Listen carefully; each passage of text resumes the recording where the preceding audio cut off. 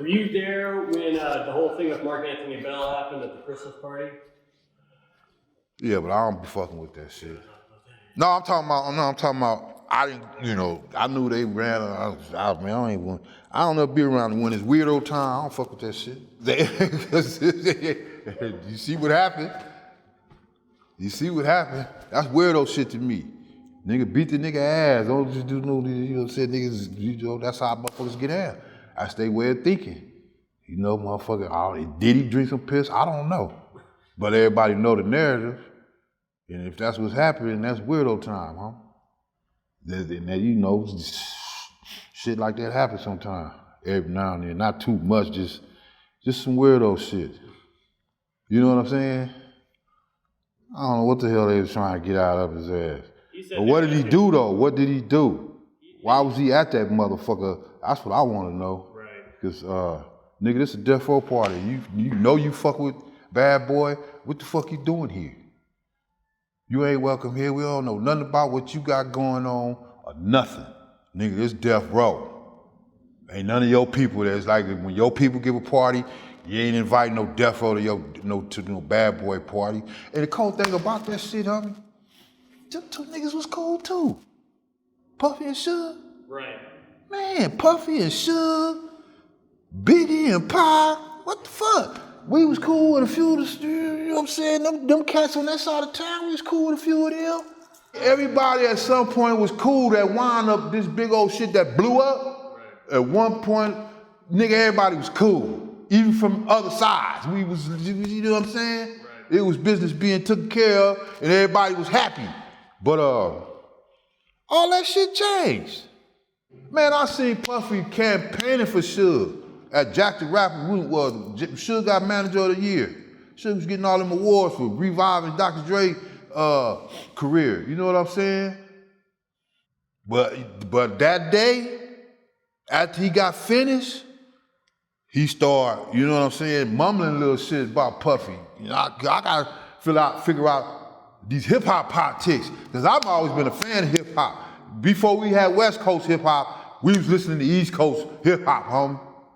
Big Daddy Kane, EPMD, Eric B. and Rakim. So we ain't had nothing against them dudes.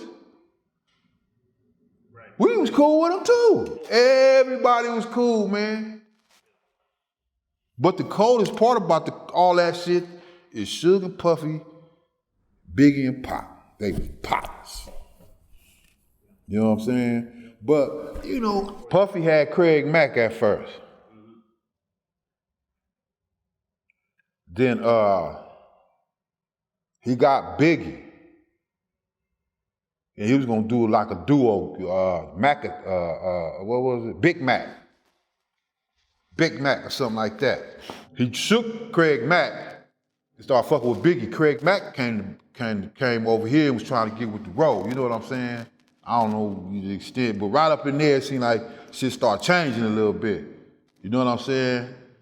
Because I don't think he wanted to let Craig Mack out his contract so he could come to the road. We was trying to get K-Solo and all them little hardcore East Coast rappers, you know what I'm saying? And all that type of little shit, man, that shit could cause a great conflict. And then Mary J, you know what I'm saying? And it was a few other ones that was in the middle of them two on bullshit. Mostly leaning toward him fucking them, not Suge. Suge was coming to the rescue. They was coming to Suge. This nigga taking, he doing this, he doing that. That's when it really got bad. It wasn't no East Coast, West Coast shit. It was business at first. Pac made it East Coast, West Coast. Pac did that shit. Pac got out there and said, okay, we from the West. Nigga, you from the East. You the homie, but you from the East Coast. Right. Nobody never said nothing though, you know what I'm saying? Right. Because of his spirit. He was just too much of a, but just, man, that was a lovable guy, man. Pac was solid, homie. Yeah. Pac was solid. I mean, on the real though, you know, I used to talk to him and chill with him. Man, he had them outlaws straight. He had them outlaws. He put a spirit in them outlaws. Every time they did a song, motherfuckers like, damn, then Storm caught the spirit. You know what I'm saying? Storm got hella tight. We was gonna have him on, Death Row and Ghetto. We was finna put the twist down, me, Butcher and Suge. You know, not on no bullshit, but we was finna have joint labels, you know, and Suge was gonna distribute. Pac had something else label he wanted to do. And Suge got at him about Death Row East. And he was with it. It was gonna be him, Eric B, and Hammer running it, something like that. Okay. And that's why So that took all that others. He's like, I'm finna have my own label. Right. That's why one of the last appearances you see with Pac is them and Suge back east, and they've got the Death Row East t-shirts on. Yeah. Believe in Death Row East. Believe in that, for real. That's it right there. But if you believe in God, believe in Death Row East. We plan to take the same strategy we use with Death Row West, which is mind over matter, taking all our weaknesses and making it into our strengths. Yeah, we was in Central Park that night. That's when he got at Nas and all them. Yeah, it was cracking. All these weak rappers, Nas, all these suckers, they battling off of East and West like this is a game. This ain't no game. He was talking, he wasn't, okay, the people he was getting at him that was coming with real questions and stuff, he was taking time and running the shit down to him, on some real, real shit. But then he still had little words with a few other motherfuckers too, that he had went up there to get at the box, you know what I'm saying? But he didn't take it to where we finna just tell us something, we finna get on. No, he still was hollering at the people. You know what I'm saying? Taking time, taking pictures, autographs, and doing, selective speeches about business and about, Black Pride and all. Pac was so, he was over 20-something years old, man. But yeah, so we left up out of there and everything was cool though, you know what I mean? We left out of there with a good vibe, but we was expecting anything, But, the people, they love Pac, man. You can't help but love a solid cat like that. So we had stacks of Death Row East picket signs, what you call them? So yeah, everybody out there was getting the thing, the whole park had the whole park, everybody, Death Row East, Death Row East, Death Row East, Death Row East. You know what I'm saying? Because Pac was hollering at us. We're going to have artists doing this. And then when we get established, and then when your kids is born, and then when you need a house, you know what I'm saying? Right. Pac was talking. Death Row East. It's like this, homie. You're not going to agree with everything your business partner do.